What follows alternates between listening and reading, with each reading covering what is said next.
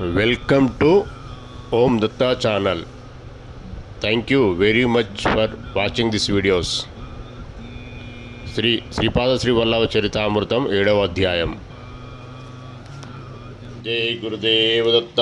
శ్రీపాదరాజం శరణం ప్రపద్యే. శ్రీపాదరాజం శరణం ప్రపద్యే. శ్రీపాదరాజం శరణం ప్రపద్యే. శ్రీ గురుదత్త ప్రభుల కలియుగ ప్రత్యక్ష ప్రథమ అవతారమైన శ్రీపాద శ్రీ వల్లభ సంపూర్ణ చరితామృతం పారాయణము 7వ రోజు 7వ అధ్యాయము. ఖగోళముల వర్ణనము. శ్రీపాద శ్రీ వల్లభ చరితామృత మహిమ. ఉదయాన్నే తిరుమలదాసు తన అనుష్ఠానం ముగించుకొని ఇట్లు చెప్పసాగాను. నాయన శంకరభట్టు, శ్రీపాద శ్రీ వల్లభుల దివ్య చరిత్రము అశ్రుతము, అపూర్వము, అతర్క్యము. నీయందు అపారమైన అనుగ్రహం ఉన్నందువలనే వారి చరిత్రను నీవు గ్రంథస్థం చేయి భాగ్యం కలిగినది. మహాపండితులు కూడా అలభ్యమైన ఈ యోగం నీకు శ్రీవారి సంకల్పం వలన లభ్యమైనది. శ్రీపాదులు ఒకే సమయంలో అనేక స్థలములందు దర్శనం మొసంగుట. నరసావధానంలో మరణావస్థ నుండి బయటపడిన తదుపరి అతనిలోని ఆకార శక్తి క్షీణించెను. అతడు గతంలో ధ్యానంలో కూర్చొని ఏ మనుషుని ఆయనను ధ్యానించినచో ఆ మనుషుడు ఇంత దూరంలో నుండను అచ్చటి నుండి బయలుదేరి నరసావధానుల కడకు వచ్చి తీరేవాడు. ఆ శక్తి ఇప్పుడు క్షీణించాను. గతంలో అతనిని చూచి భయపడిన వారు, ప్రశంసలతో ముంచెత్తిన వారు ఇప్పుడు అతని యందు ఏమాత్రం భయపడటలేదు. అవసరమని తోచిన ఎడల విమర్శలతో అతన్ని బాధించుచుండిరి. అతని ఆర్థిక స్థితి కూడా క్షీణించసాగాను. 2 పూటల భోజనం లభించు వనరులు కూడా క్షీణించసాగాను. తన దుస్థితికి విలపించుచు అతడు వీధిలోనికి వచ్చాను. శ్రీ మహాచార్యులు బాపన్నావదనులు గారు తమ మనుమని ఎత్తుకొని తమ గృహమునకు పోవుచుండిరి. రాజుశర్మ గారింటి నుండి ఒక వీధి మలుపు తిరిగిన బాపన్నారుల ఇంటికి పోవు వీధి వచ్చును. శ్రీచరణులు తమ ఇంటి వద్ద కంటే తాతగారి ఇంటి వద్దనే కాలక్షేపం చేయుచుండేటి వారు. శ్రీ నరసింహవర్మ గారింటికి, శ్రీ వెంకటప్పయ్య శ్రేష్ఠి గారింటికి యథేచ్ఛగా పోవుచుందురు. శ్రీపాదుల వారితో మాట్లాడవలనని నరసావధను తలచెను. ముద్దుల మూటగట్టు ఆ దివ్య శిశువును ఒక్కసారి ఎత్తుకొని ముద్దులాడవలనని తోచెను. శ్రీ వల్లభుల వంక నరసావధానులు చూచెను. నరసావధానుల వంక శ్రీ వల్లభులు చూచి చిరునవ్వు నవ్విరి. ఆ చిరునవ్వు మనోమోహంగా ఉండెను. నరసావధానులు శ్రేష్ఠి గారి వద్దకు పోయి వెచ్చములు తీసుకొనదలిచి శ్రేష్ఠి ఇంటికి పోయెను. శ్రీపాద శ్రీ వల్లభులు శ్రీ వెంకటప్పయ్య శ్రేష్ఠి గారి ఒడిలో ఉండిరి. నరసావధానుల వంక శ్రీపాదులు చూచి సారించి విలాసము నవ్విరి. వెచ్చములు తీసుకొని ఇంటికి వచ్చి అతడి నుండి నరసింహవర్మ గారింటికి పోయెను. శ్రీ వర్మగారింట్లో శ్రీవల్లభులు వర్మగారి భుజములపై వెక్కి కూర్చొని ఉండిరి. నరసావధానులు చూచి శ్రీవల్లభులు విలాసము నవ్విరి. ఒకే సమయంలో శ్రీవల్లభులు మాతామహుల ఇంటను, వర్మగారింటను, శ్రేష్ఠి గారింటను ఉండిరి. ఇది కలయా వైష్ణవమాయ అని తర్కంలో నరసావధానులు పడెను. ఊరిలోని జనులు తనను పరిపరి విధములుగా ఆడిపోసుకొని చుండిరి. పాదకాయ క్షేత్రంలోని స్వయంభుదత్త విగ్రహము మాయమగుడ తానే కారణమని నిందించుచుండిరి. గమ్యం లేని యాత్రికుని వలె నరసావధానులు వీధుల వెంట తిరుగాడెను. పిచ్చివాని వలె ఇంటికి చేరెను. నరసావధానుల భార్య పిచ్చివాని వలె నున్న భర్తను చూచి మిగుల దుఃఖించెను. తన బాధను వెళ్ళగక్కుడు కొరకు పూజా మందిరం వెళ్ళెను. ఆమె చూచిన దృశ్యం ఆశ్చర్యకరం. వారి పూజా మందిరంలో శ్రీపాద శ్రీ వల్లభులుండిరి. భార్య భర్తల ఆనందంలో అంతు లేకుండెను. తోటకూర వండి అన్నం పెట్టేదమని ఎంతో ప్రతిమాడిది. శ్రీపాదులు ఒప్పుకొనలేదు. కాల కర్మ కారణం ఒకేసారి కలిసి వచ్చినప్పుడు అలభ్య యోగం కలుగుచుండును. వివేకి అయిన వాడు దానిని గుర్తించి లబ్ధి పొందును. అవివేకి నష్టపోవును.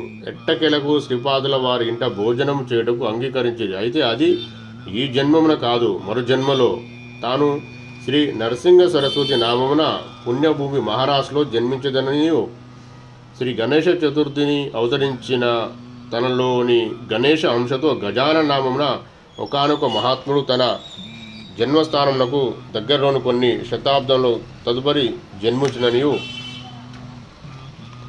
నరసింహ సరస్వతి నై అవతరించినప్పుడు తప్పక వారింటికి వచ్చి తోటకూరతో వండిన భోజనము స్వీకరించదనని వాగ్దానం చేసిరి. సూర్యచంద్రాదులు గతులను మార్చుట ఆయనను సాధ్యం కావచ్చునేమో కానీ శ్రీపాదుల వాగ్దానము బట్టి ఎట్టి పరిస్థితుల్లోనైనను సృష్టి అందలి పంచభూతములు సహా సమస్త జీవులను వ్యవహరించవలసి ఉండును. వాగ్దాన పరిపాలనందు వారు దృఢవ్రతులు, సత్యవ్రతులు. జగములు కదిలినను యుగములకు మారినను వారి లీలలు మాత్రమే నిత్య సత్యములు, అత్యంత నవీనంగాను కూడా ఉండును. ఆ పూజా మందిరంలో నరసావధానులకును అతని ధర్మపత్నికిని శ్రీపాదుల యుక్తోపదేశం చేసిరి. ఇది దత్తభక్తులందరికీ ఎంతో ప్రయోజనకారి. నరసావధానులకును శ్రీవల్లభుల వారికి ఈ ప్రకారంగా సంభాషణ జరిగినది. నరసావధానులకు శ్రీపాదుల వారికి జరిగిన సంభాషణ మరియు శ్రీవారి ఉపదేశము. ప్రశ్న: నీవు ఎవరవు? దేవతవా, యక్షుడవా, మాంత్రికుడవా? ఉత్తరం: నేనే పంచభూతాత్మకైన ఈ సృష్టిలో ప్రతి అణువునందును అంతర్లీనంగానున్న ఆద్య శక్తిని నేనే. పశు పక్ష్యాదులు లగాయతు సమస్త ప్రాణికోటి ఎందునను మాతృస్వరూపముగా పితృస్వరూపంగా ఉన్నది కూడా నేనే. సమస్త సృష్టికి గురు స్వరూపం కూడా నేనే. అయితే నీవు దత్తప్రభు యొక్క అవతారమా? నిస్సంశయంగా నేనే దత్తుడనే. మీరు శరీరధారులు కనుక మీరు గుర్తించడానికి వీలుగా సశరీరుడై వచ్చి తిని. వాస్తవంగా నేనే నిరాకారుడను, నిర్గుణనుడు. అయినా నీకు ఆకారం లేదు, గుణములు లేవు, అంతే కదా. ఆకారం లేకుండా ఉండుట కూడా ఒక ఆకారమే, గుణములు లేకుండా ఉండుట కూడా ఒక గుణమే. సాకార నిరాకారములకు సగుణ నిర్గుణములకు ఆధారంగా ఉండే నేను వాటికి అతీతుడను కూడా. అన్నీ నీవే అయినప్పుడు జీవులకు కష్టసుఖములు ఎందుకు?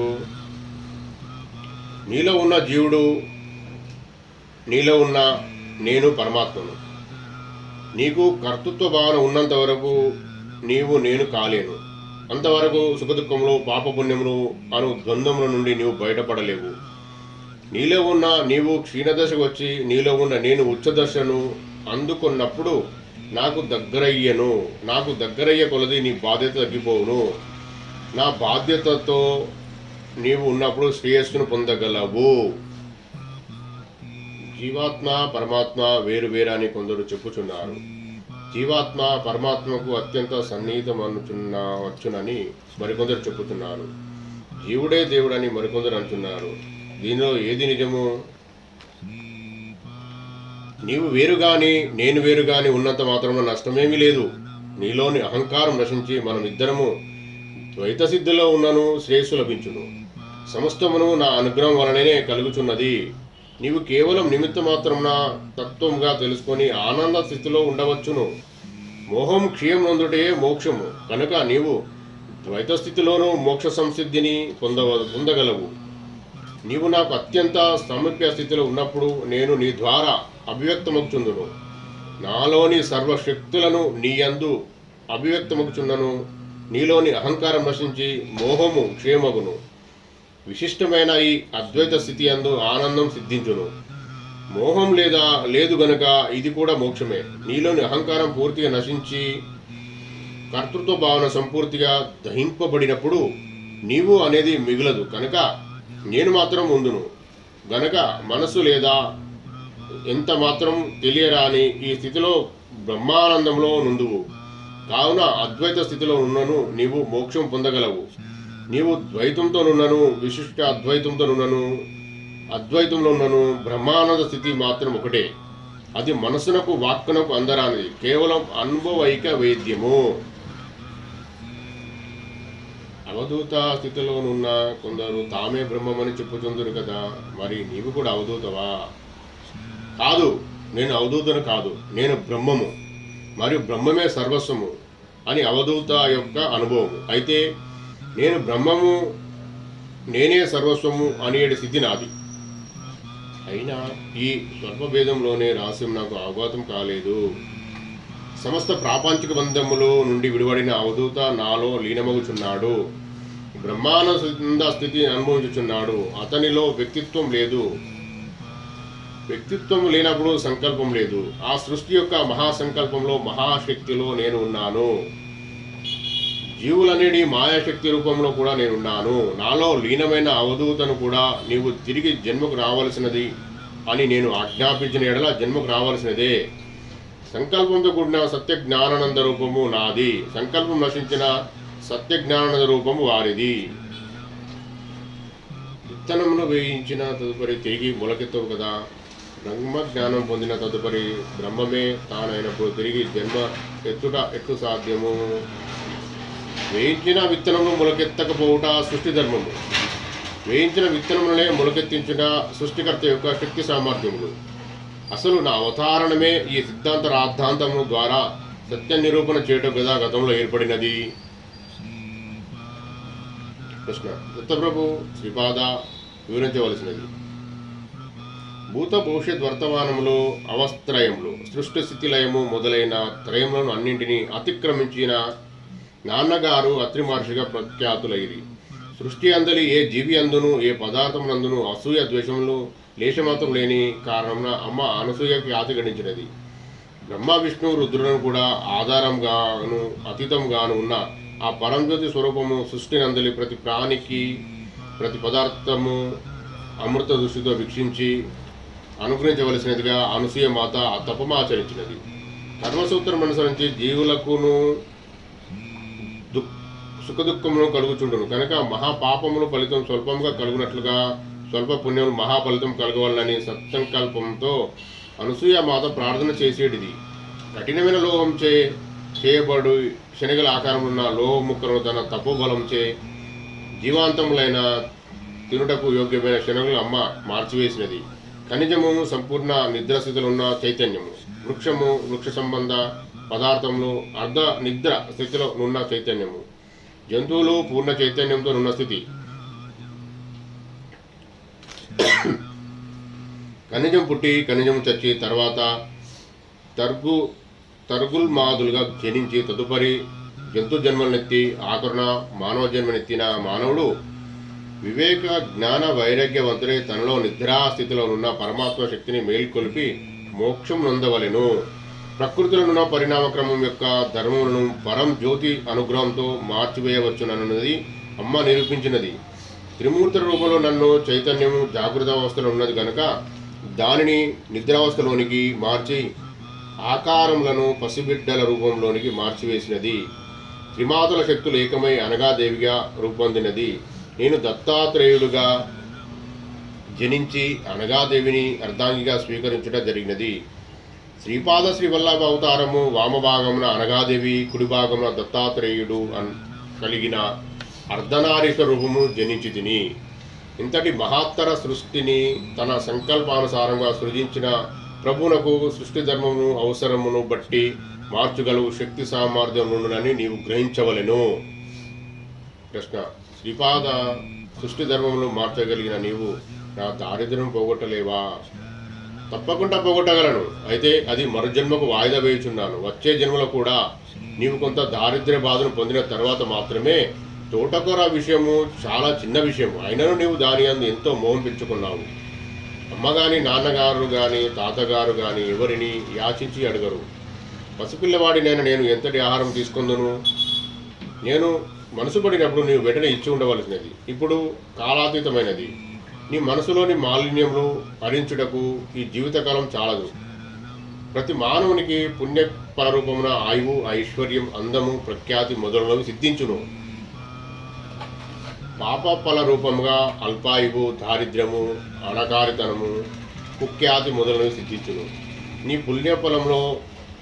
నీ పుణ్యఫలములో ఎక్కువ భాగం తీసి నీకు ఆయుర్దాయును పోసి తిని నీ పుణ్యభాగం చాలా ఖర్చైనది, పాపభాగం ఎక్కువ మిగిలినది.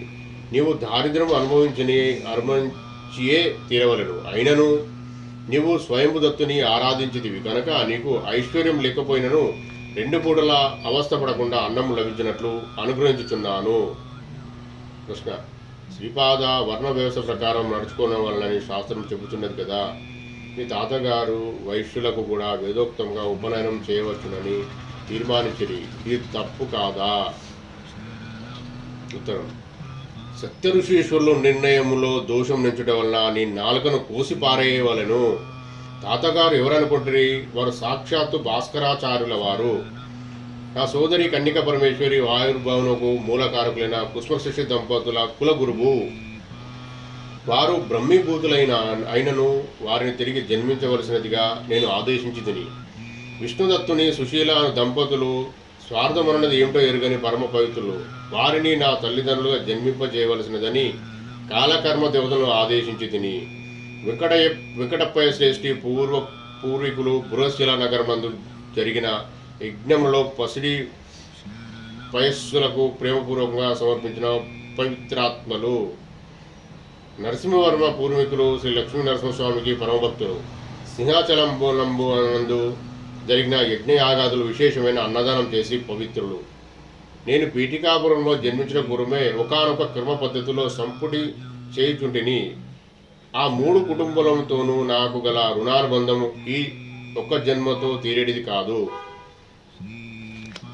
ఒక అవతారంలో పరిసప్తము అవున్నది కాదు. నా యొక్క వరదహస్తము తరతరాలు వరకు వారి మీద ఉండును. నా యొక్క ఛత్రఛాయలో వారు నిశ్చింతగా నుందురు. శ్రీపాదులు భక్తులకు ఇచ్చు అభయము. నీ విషయమునికి వచ్చినట్టు పెద్దగా విలువలేని తోటకూరను కూడా నాకు ఇయ్యలేకపోతివి. నేను భోజనం చేసిన 1,00,000 మంది బ్రాహ్మణులకు భోజనం చేసినంత పుణ్యము లభించేది. నీవు ఎంతో అదృష్టం పోగొట్టుకున్నావు. ఏది ధర్మము ఏది అధర్మం అన్నది చర్చనీయాంశమైనప్పుడు శాస్త్రము నాశ్రయించవలనది. అయితే శాస్త్రంలో చెప్పినది ఆచరించదగునా లేదా అను మీమాంస వచ్చినప్పుడు నిర్మలాంతఃకరణను నిర్ణయించినదే శాస్త్రమగును. వారు చెప్పినదే వేదమగును. వారు వాక్కు ధర్మసమ్మతమగును. వారు అధర్మము తీర్పు చెప్దామనుకును. ధర్మదూత వారిని చెడు మార్గంలోనికి వెళ్ళనీయక సరైన తీర్పును చెప్పించును. హింస చేయట పాపమని నీ శాస్త్రం చెబుతున్నది. శ్రీకృష్ణ పరమాత్మ సమక్షంలో జరిగిన యుద్ధం ధర్మయుద్ధమా?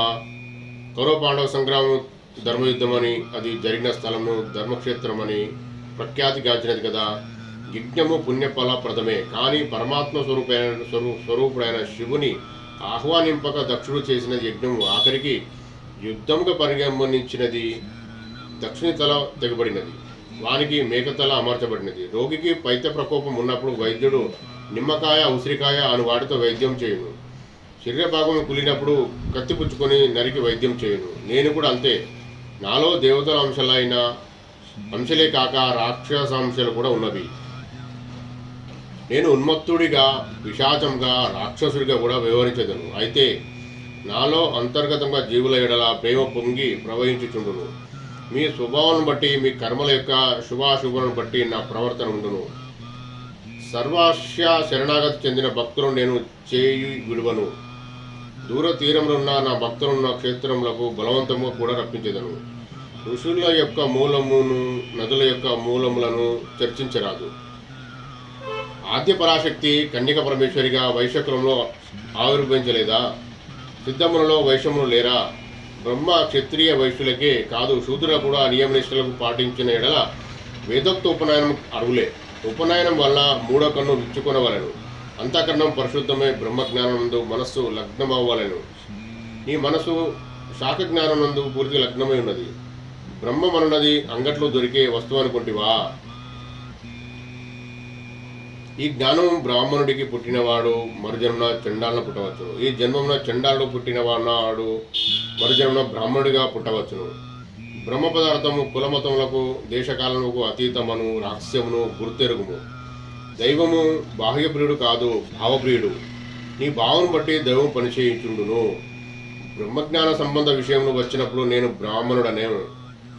దర్బారు చేచు భక్తుల యోగక్షేమములు విచారించుచు అనుగ్రహించినప్పుడు క్షత్రియుడను. ప్రతి జీవియు తన చేయు పాపపుణ్య కర్మను బట్టి వారిని వేతనము నిర్ణయించబడును. ప్రతి వాని వేతనము నా వద్ద ఉన్నది. తూచి కొలచి ఎవరికి ఎంతెంత ఇవ్వవలసినది లెక్క చూచుకున్నప్పుడు నేను వైశ్యుడను. భక్తుల బాధలను కష్టముల శరీరమునకు ఆకర్షించి వారికి సుఖశాంతులు కలుగజేయడం వల్ల శివధర్మము నెరపడం వల్ల నేను శూద్రుడను. జీవుల యొక్క పాపములను ప్రక్షాళన చేయనప్పుడు నేను చాకరిని. మరణించే జీవులను కాల్చి బూడిద చేసిన ఉత్తమ జనం ప్రసాదించున్నాను.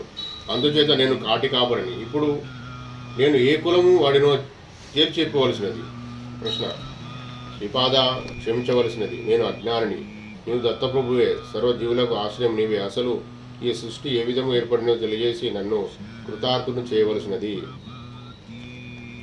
తాత, స్వర్గమునందు 88,000 సంఖ్య గల గృహస్థు మునులు గలరు.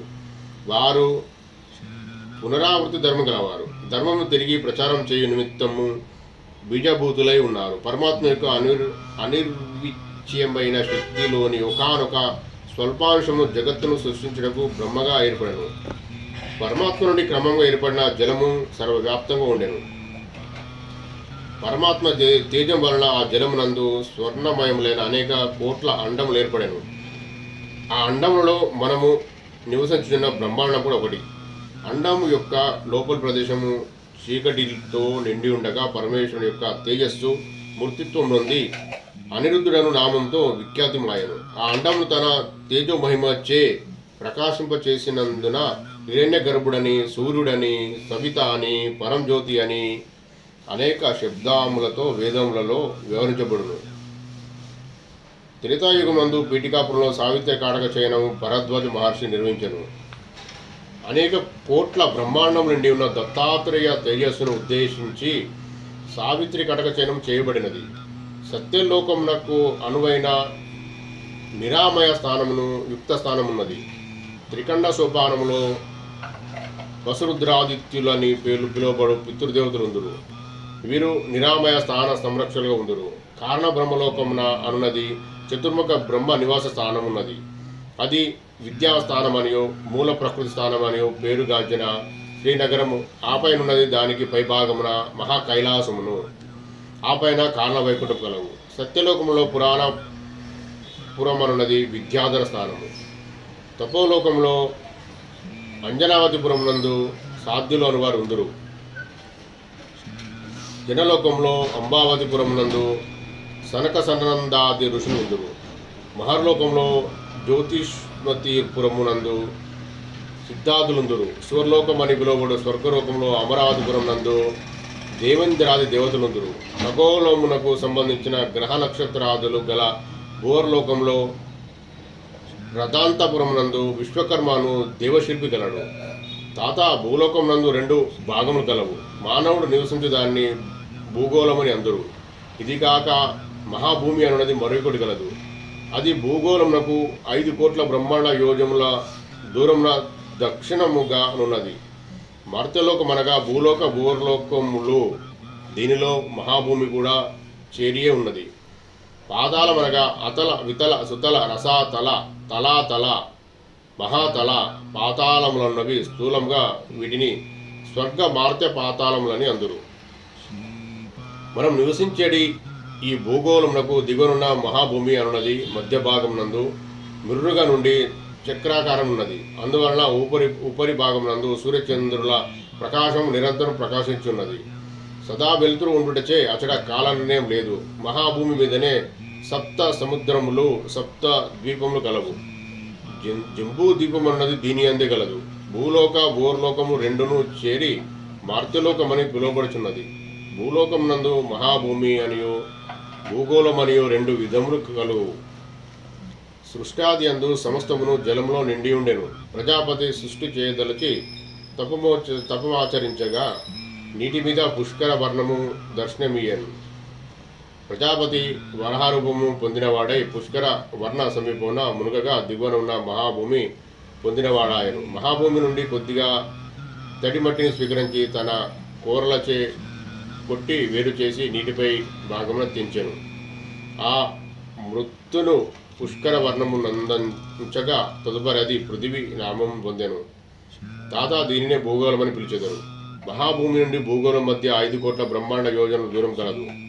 మహాభూమి అనున్నది 50 కోట్ల యోజన విస్తీర్ణం కలిగి ఉన్నది. జంబూ ద్వీపం అనున్నది మహాభూమి వందే కలదు. దానిలో నవఖండములు ఉన్నవి. దైవఖండములందు దేవతలు నివసించెదరు. గవస్త్య ఖండమునందు భూతములుండెదరు. పురుషఖండమునందు కిన్నెరులు, భారతఖండమునందు మానవులు, శరభఖండమునందు సిద్ధులు, గాంధర్వఖండమునందు గాంధర్వులు, తామ్రఖండమునందు రాక్షసులు, శేరుఖండమునందు యక్షులు, హిందూఖండమునందు పన్నాగులు ఉండెదరు.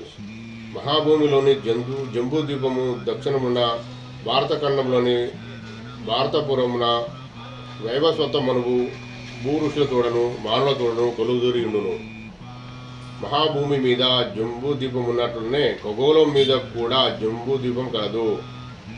శ్రీపాద శ్రీవల్లభ అవతారం నేను శ్రీ పీఠికాపురంలో అవతరించక ముందే 100 సంవత్సరాల క్రితం మహాభూమి మీద వచ్చినది. మహాభూమి మీదనున్న జంబూద్వీపము 1,00,000 బ్రహ్మాండ యోజనాల విస్తీర్ణం కలిగి ఉన్నది. జంబూద్వీపమునందలి భారతఖండమున మాత్రమే వైవస్వత మనువు ఉన్నాడు. మిగతా ఖండంలో దేవయోనులైన వారు ఉన్నారు. మహాభూమి అందలి జంబూద్వీపమున శీతోష్ణాదులు హెచ్చుగా ఉండి ఆహ్లాదకరంగా ఉండును. నీరెండ వంటి సదా వెలుతురుండును, కానీ పగలు రాత్రి అని భేదం లేకుండా ఉండును. మహాభూమి అందలి జంబూద్వీపము 1,00,000 యోజనాల విస్తీర్ణం గలది. లవణ సముద్రంలో 1,00,000 యోజనములు, ప్లక్షద్వీపము 2,00,000 యోజనములు, ఇక్షుర సముద్రము 2,00,000 యోజనములు, ఉషాద్వీపము 4,00,000 యోజనములు, సురా సముద్రం 4,00,000 యోజనములు, క్రోచద్వీపము 8,00,000 యోజనములు, సర్పి సముద్రము 8,00,000 యోజనములు, శాఖ ద్వీపము 16,00,000 యోజనములు, దాది సముద్రము 16,00,000 యోజనములు, షాల్మాలి ద్వీపము 32,00,000 యోజనములు, క్షీర సముద్రము 32,00,000 యోజనములు, పుష్కర ద్వీపము 64,00,000 యోజనములు, శుద్ధ జల సముద్రం 64,00,000 యోజనములు, చలాచల పర్వతము 128,00,000 యోజనములు, చక్రవాల పర్వతము 256,00,000 యోజనములు, లోకాలోక పర్వతము 512,00,000 యోజనములు, తమో భూమి 1250,00,000 యోజనములు విస్తీర్ణము కలిగి ఉండును. లోకాలోక పర్వతము నాటి సూర్యరశ్మి వెళ్ళుటకు వీలు లేదు. అందువల్ల లోకాలోక పర్వతమునకు అండబిత్తికిని నడుమ నుండేడు ప్రదేశం ఎల్లప్పుడూ చీకటితో కూడి ఉండును. అండబిత్తి నండది కోటి గజములందును మందం కలిగి ఉండును. వరహావతారం కానీ నరసింహావతారం కానీ భూమి పట్టేటంతటి అవతారము కావు. వరహమనగా సుకారం కాదు, ఖడ్గ మృగము ఒక కోర కలిగినది. ద్వీపంలో ద్వీపాధిపతులు ద్వీపాది దేవతల వివరణ.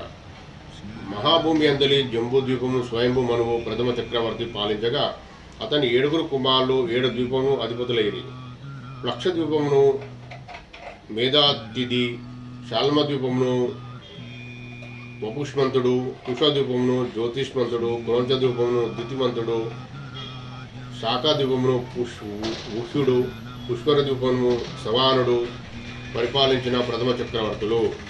లక్షద్వీపమునందలి చతుర్వర్ణముల ఆర్యక, గురార, విందాక, భావీన అనునవి. వారికి చంద్రాకృతుల నుండి విష్ణువు ఆరాధ్య దేవము. శాల్మాల ద్వీపమునందు కపిలవర్ణ, చారణాక వర్ణ, పీతవర్ణ, కృష్ణవర్ణ అను 4 వర్ణములు వారుందురు. వారు విష్ణు ఆరాధకులు. కుషద్వీపమునందు విశుష్మన, స్నేహ, మందేహ అను 4 వర్ణములందు నుందురు. వీరికి బ్రహ్మ ఆరాధ్య దైవము. క్రోంచద్వీపమునందు పుష్కర, పుష్యాల, ధన్య, పిప్ష్య అను వర్ణములు వారందురు. వారికి రుద్రుడు ఆరాధ్య దైవము. శాఖద్వీపమునందు మంగ, మగధ, మానస, మంద అను వర్ణము వారుందురు. వారు సూర్యభగవాను ఆరాధించెదరు. పుష్కర ద్వీపమునందు మాత్రము చతుర్వర్ణం లేవు. అందరూ దేవతల వలె రోగములు కానీ శోకములు కానీ లేకుండా ఆనందంగా నందురు.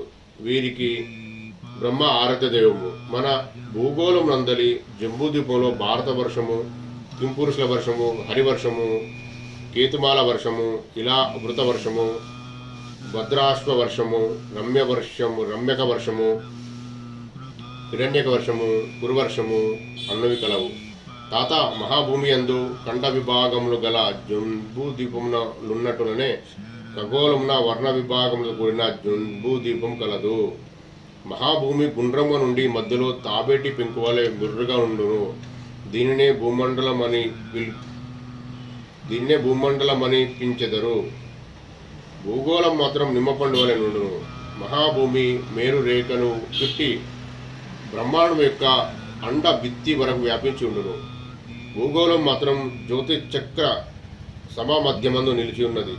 మహాభూమి అందు నడిమధ్య గల మేరు రేఖను చుట్టుకొని జంబూద్వీపమున్నది. దానిని చుట్టి 7 సముద్ర ద్వీపాదులున్నవి. భూగోళం నందలి ఉత్తరార్ధ గోళము దేవభాగమని, దక్షిణార్ధ గోళమును అసుర భాగమని అందురు. మహాభూమి అందలి సమమధ్య ప్రదేశమున మేరువు దివ్యంగా ప్రకాశించుతున్నది. జీవులను పరిపాలించేది మానవులకి ఇది నివాస స్థానము.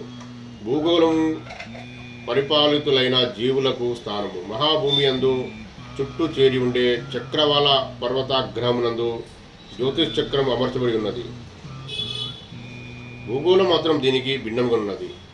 సప్త కక్ష్య వృత్తమైన జ్యోతిశ్చక్రం దీనికి ప్రతిదినము ఒక ప్రదక్షిణ చేయుచున్నది. మహాభూమి యందు శీత వాత తపములు అల్పములు సదా పగలుగా నుండి చీకటి అనున్నది లేక కాల వ్యత్యాసం లేక ఉండును. భూగోళం నందు దీనికి వ్యతిరేక్తంగానున్నది. మహాభూమి అనున్నది పుణ్య ఫలానుభావం మాత్రమే పొందదగినది, స్థూల శరీరంతో పొందరానిది. భూగోళం పుణ్యము సంపాదించుకున్నటకు తగిన కర్మభూమి, స్థూల శరీరంలో ఉండవలసిన భూమి. మహాభూమి మీద మను ప్రళయం తప్ప చిన్న ప్రళయం అన్నవి ఉండవు. ఖగోళము మీద యుగ ప్రళయంలో మహాయుగ ప్రళయంలో మను ప్రళయంలో జరుగుతుండును. మహాభూమిని ధాత్రి విధాత్రి అను పేర్లతో పిలిచెదరు. భూగోళము మహి ఊర్వి క్షితి పృథ్వీ భూమి అని పిలిచెదరు. తాత పాతాళ లోకముల గురించి చెప్పుచున్నాను వినుము. అతలం నందు పిశాచగణములు, వితలం నందు గుహకులు, సుతలం నందు రాక్షసులు, రసాతలం నందు భూతములు, తలాతలం నందు యక్షులు, మహాతలం నందు పితృదేవతలు, పాతాళం నందు పన్నాగులు ఉందురు. లోక నివాసులు, లోకాధిపతులు. ఖండముల వివరణ.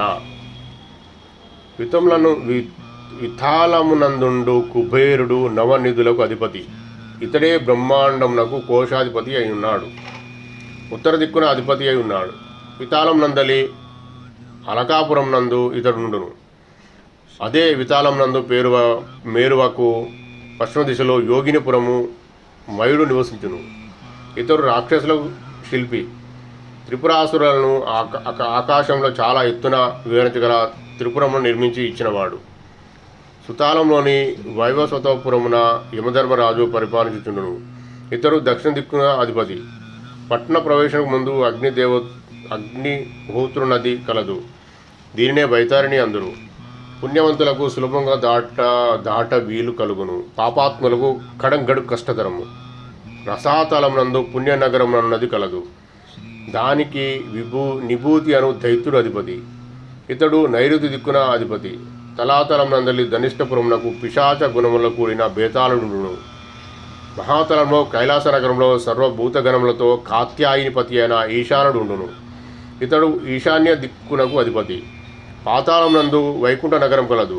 ఇందులో శ్రీమన్నారాయణమూర్తి పాతాళసురులతోనూ వాసుకి మొదలైన సర్పశ్రేష్ఠతోనూ శేషశాయి అయి విరజిల్లుచున్నాడు. దీనినే శ్వేత ద్వీప పగతమైన కార్యవైకుంఠమని అందురు. ఆఖరిదైన పాతాళలోకమునందు త్రికండ సోపానం కలదు. ప్రథమ ఖండమునందు అనంగ జీవులుందురు. ద్వితీయ ఖండమునందు ప్రేతగణములుందురు. తృతీయ ఖండమునందు యాతన దేహం పొందియున్న జీవులు దుఃఖక్రాంతులయుందురు. సప్త సముద్రములు సప్త ద్వీపములను మహాభూమి అందు కలవు. దాని మధ్య నుండున్నది జంబూద్వీపము. ఇది 9 ఖండములుగా విభజింపబడును. దక్షిణమున్నది భారతఖండం అని పేరు. దీనిలో భారతపురమునందు స్వయంభు మనువు ఉండును.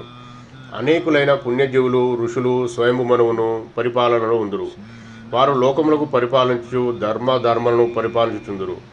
మహాభూమి మీద నుండి సప్త ద్వీపములను చుట్టుకొని చరాచర చక్రవాల లోకంలో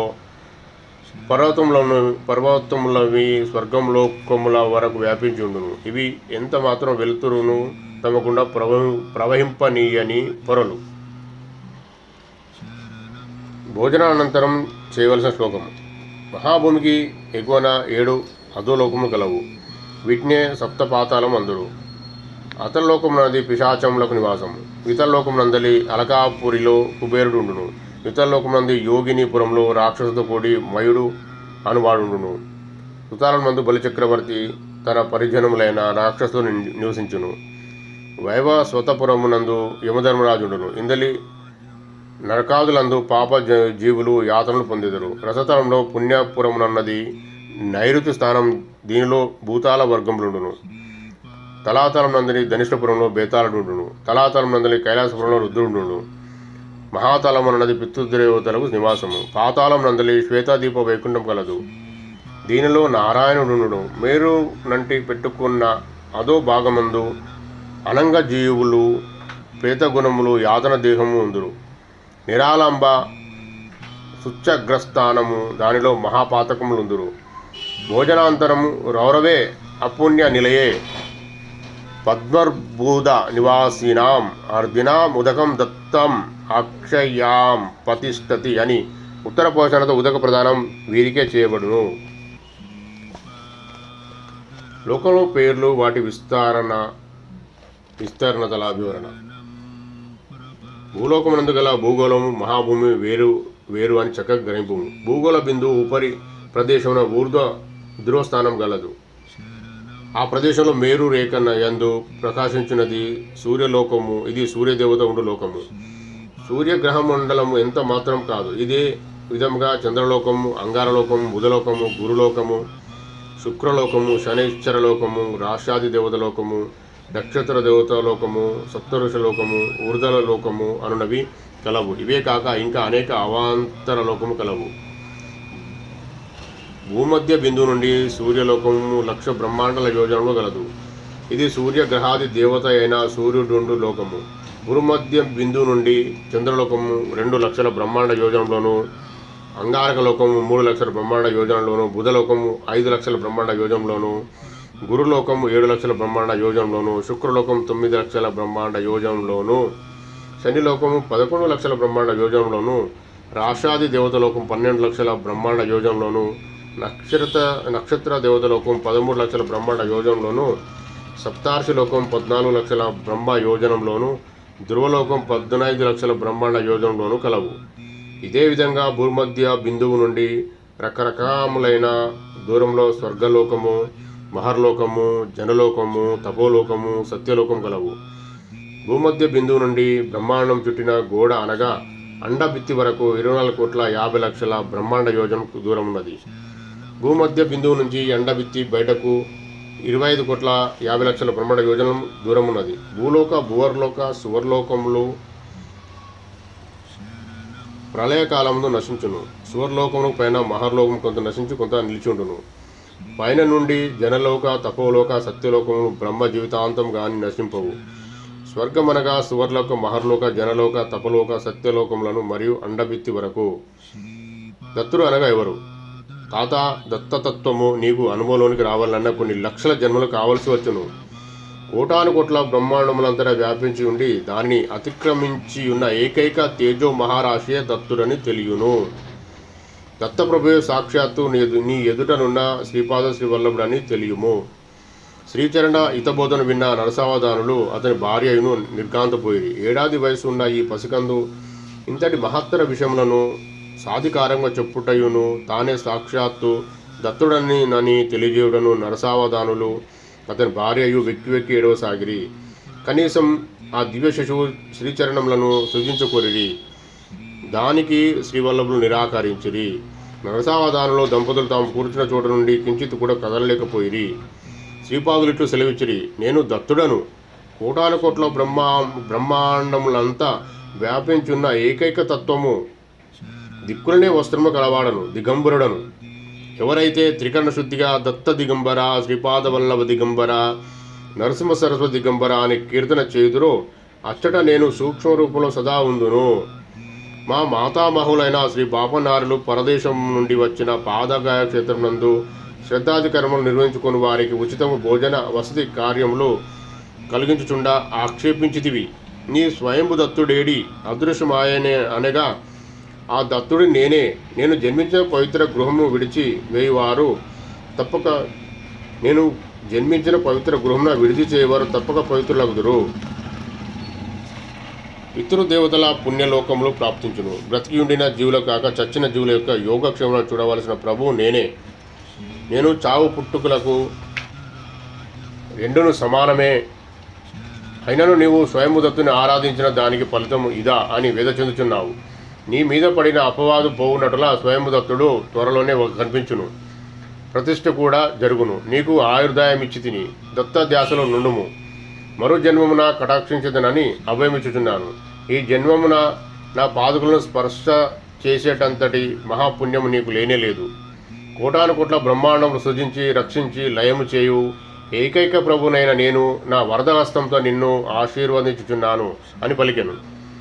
మహాభయంకర శబ్దంతో శ్రీచరణ శరీరం నందు అణుపరమాణువులు విఘటనం చెంది శ్రీపాదులు అదృశ్యులైరి.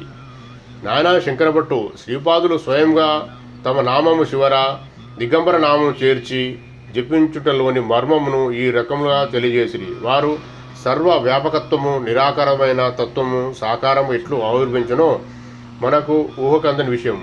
పసిబాలక రూపమున కపట వేషం ధరించి వచ్చిన ఆ జగత్ప్రభువు పసితనము నుండి చేయు లీలలకు అంతమిక్కడ. శ్రీపాద శ్రీవల్లభులకు జయం జయము. 7వ అధ్యాయం సంపూర్ణం. దిగంబరా దిగంబరా శ్రీపాదవల్లభ దిగంబరా దిగంబరా దిగంబరా నృసింహయతివర దిగంబరా దిగంబరా దిగంబరా స్వామి సమర్థ దిగంబరా దిగంబరా దిగంబరా మాణిక్య ప్రభు దిగంబరా దిగంబరా దిగంబరా షిరిడి పురీష దిగంబరా దిగంబరా దిగంబరా జయ గురుదత్త దిగంబరా దిగంబరా దిగంబరా స్వామి సమర్థ దిగంబరా అవధూత చింతన శ్రీ గురుదేవ దత్త స్వామి మహారాజ్ కీ జై. 7వ రోజు 7వ అధ్యాయం శ్రీపాద శ్రీవల్లభ సంపూర్ణ చరితామృతం సంపూర్ణం.